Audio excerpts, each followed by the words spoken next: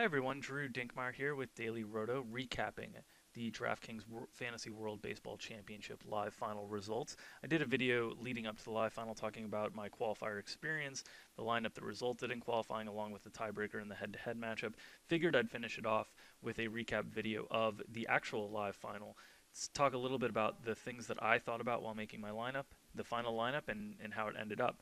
As you can see here, I have the lineup in front of me. It is a Cubs stack, which was the chalkiest stack option on the slate, along with Mike Clevenger, Sean Newcomb, and then two Detroit Tigers fillers, Justin Upton and Ian Kinsler, along with Francisco Lindor. So a 5-2-1 structure on this stack, and this was an interesting slate to talk about in general. We were limited to 7 games to choose from, and when you have smaller slates, in general, the ownership condenses, right? Because instead of playing 14 game slates or 15 game slates that we're accustomed to on usual big event days, a 7 game slate is half of the options. So, as a general rule of thumb, you can expect ownership to increase by close to double. A player that is 36% owned, like Chris Bryant in this format, is essentially the equivalent of like an 18% owned in a larger field format because there's more options to potentially pivot to. That's one of the reasons I was less concerned about going with a chalky Cubs stack in this live final. My lone entry, I only had one. Another reason that I was perfectly comfortable playing the Cubs on this slate was there were 14 different entrants who had at least 3 entry spots in this field. So there were 125 positions paid in total in this field, 125 teams in the field, and over 50 of them were covered by 14 different individual entrants. Most likely in those cases, of those people that are playing 3 to 5 different entries, they're not going to go all in on one team. They're going to spread those entries out. So a little over, basically over a third of the field is in a situation where I know that the bulk of their entries are going to be going to other teams. So maximum capacity, in my opinion, would be somebody going up to like 60% ownership on a stack. The fact that it's a live final, the fact that people know the chalk was very clear here. The Cubs were in Philadelphia playing one of the worst starting pitchers on the slate in Ben Lively, and then also facing one of the worst bullpens on the slate. They were also guaranteed 9 innings in a park that's very good for power. There were a lot of things working in the Cubs' favor on the slate that made it very obvious that they were the number one offense on the slate, and they were owned as such.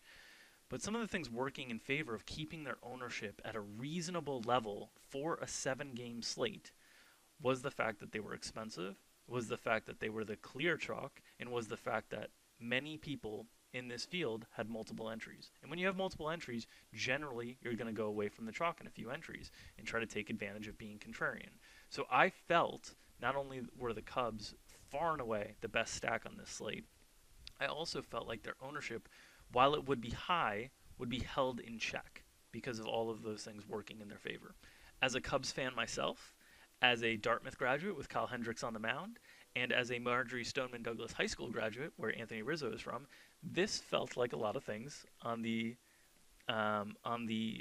tangential side that kind of added up to me wanting to play the Cubs on this slate. So I had made the decision early in the day that I was not going to be afraid of the Cubs stack. I was going to try to be contrarian in other spots, or at least more modestly owned in other spots. One of those spots was going to be at the starting pitcher position. Now, this was a slate that didn't have a lot of pitching to it. The top pitcher on the slate by a wide margin was Kyle Hendricks, but he was priced appropriately, over $9,500. He ended up checking in at about 31% ownership. The player that I thought was clearly the best starting pitcher play on the slate was Mike Clevenger. He was priced way down from where his performances have been this season. His production has been very volatile. He was only 6,700 on this game, and if you look through the game log of late, the performance he had that night was 32 DraftKings points, but 4, 8, 34.8, negative 3.6, negative 5.9, 3.2. His price had been depressed because he had come in off a stretch of difficult matchups that he didn't pitch super well in. Boston at home, one of the toughest matchups in baseball. At Minnesota, tough park. Not the toughest of matchup, but he didn't pitch well there. Pitched very well in Tampa in an elite matchup. Struggled against the Yankees at home, a tough matchup. At Boston, another tough matchup. Angels, a super contact-oriented team, getting a big upgrade. Didn't pitch very well there.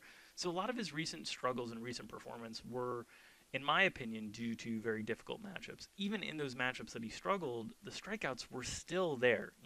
4 and 4 1/3 innings, 5 and 2 2/3 innings, 9 and 7 innings against Tampa Bay. The only start that he really struggled with the strikeouts was the Yankees at home, where he didn't last very long in general. So I felt Clevenger was underpriced. For his strikeout upside on the slate, he was severely underpriced, and I felt like the recent performance, the recent struggles that he had, might keep his ownership in check. Even though I thought he was clearly the best play, I didn't think he'd be owned that way. So when it came in at 28, 29%, I felt pretty comfortable with that. So Clevenger was a play. Clevenger in the Cubs stack was the solid piece of this lineup that I had settled on all day long. What I was tinkering with was whether to go 5-2-1 on the hitter side or 5-3. And the original lineup that I started with was 3 Cleveland Indians. It had Francisco Lindor along with Jose Ramirez and along with Jay Bruce. And it allowed me to have still Sean Newcomb. I was able to fit in Sean Newcomb, who I thought had good strikeout upside. I thought might be a little bit sneakier on the slate than the 21% he ended up at. But what I decided against with having 3 members of Cleveland was ultimately I felt like Lindor was the best option at shortstop, and there were some salary relief options, but there weren't a lot of upside options at the position. And I really wanted to find a way to attack the White Sox bullpen. I thought the Phillies and the White Sox clearly had the 2 worst bullpens on the slate, and I wanted to find a way to maximize plate appearances against those 2 teams, who their opponents were both on the road, so they were guaranteed the 9th inning and guaranteed an extra inning against that bullpen, essentially. So while Carlos Rodon was tricky to pick against, I wanted to make sure I got at-bats against that bullpen.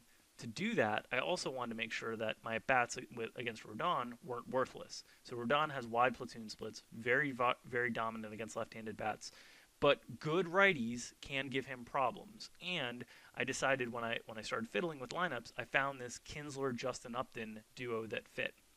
And Kinsler and Upton both have strong platoon splits against left-handed pitching for their careers. Upton himself had been on a tear. He's one of the streakier hitters in baseball traditionally, and his hard hit rate coming into this game was over 45% over the last 15 days. That's one of the metrics we use at DailyRoto to measure how well players are performing of late, how hard they've been hitting the ball of late, which is some data we get from the folks at Inside Edge. And I felt really comfortable with Kinsler and Upton. Once I hit that and I had this 5-2-1, I felt great. At the last minute, I was tinkering around with Newcomb because while I thought Newcomb would be low owned, and I thought the Rockies on the road against left-handed pitching, where they're a little bit more vulnerable because Charlie Blackmon's neutralized a little bit, their outfield situation with Gerardo Parra and Carlos Gonzalez are a little bit neutralized. They did go to Pat Valaika in the outfield over Carlos Gonzalez, which got one more righty in there.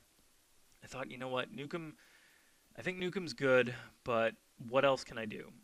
And so at the very last second, about 5 minutes left, I found this option that had Dixon Machado, who was hitting second for the Tigers, and he was really cheap at like $2,500, and I could get up to Luis Castillo, who I thought was the biggest upside arm on the slate. I thought he was a little bit priced up at $8,800 for a matchup with the Pirates, who don't strike out a lot in Cincinnati at Tough Park.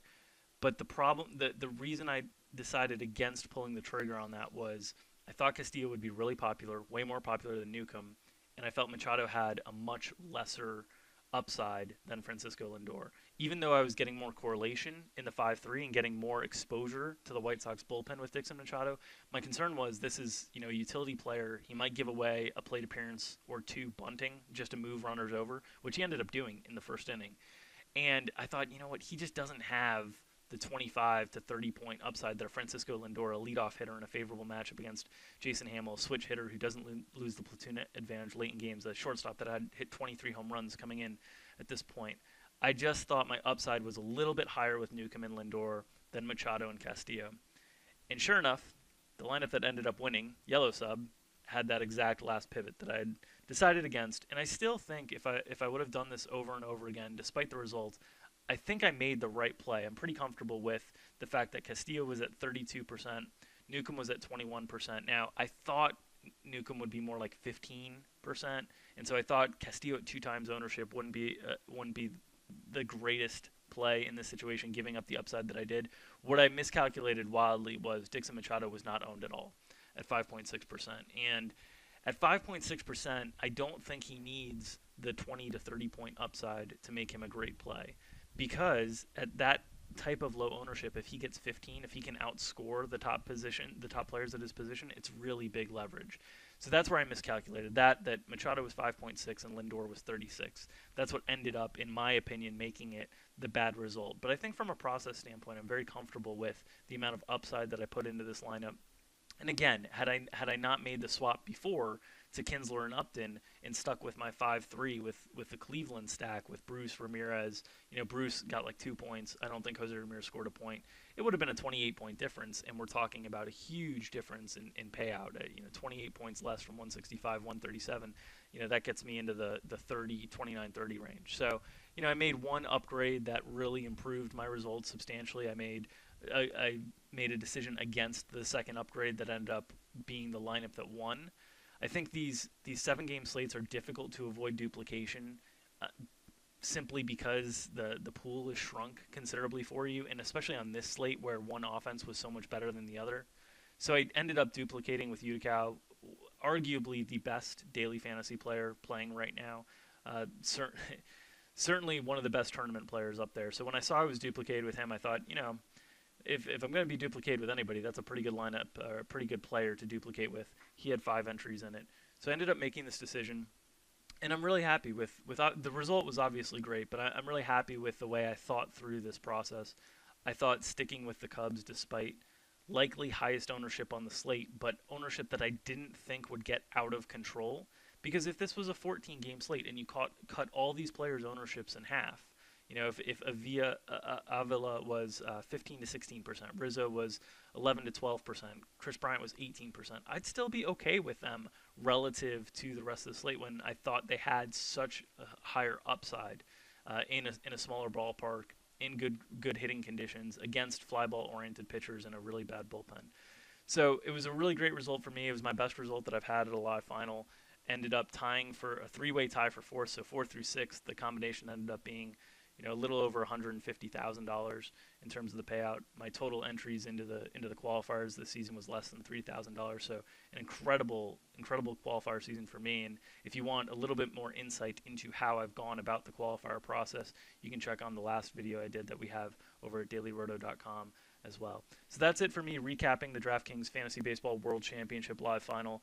A great result for me that I'm super proud of, and one of my best results that I've ever had in daily fantasy sports. So hope you guys enjoyed and got a little bit out of my thought process, not only on the qualifiers and that process, but also how to construct a live final lineup and other things to take into consideration outside of simply just the players involved. Hopefully that's helpful for you guys, those of you out there chasing qualifiers, and best of luck in all your games this season, guys.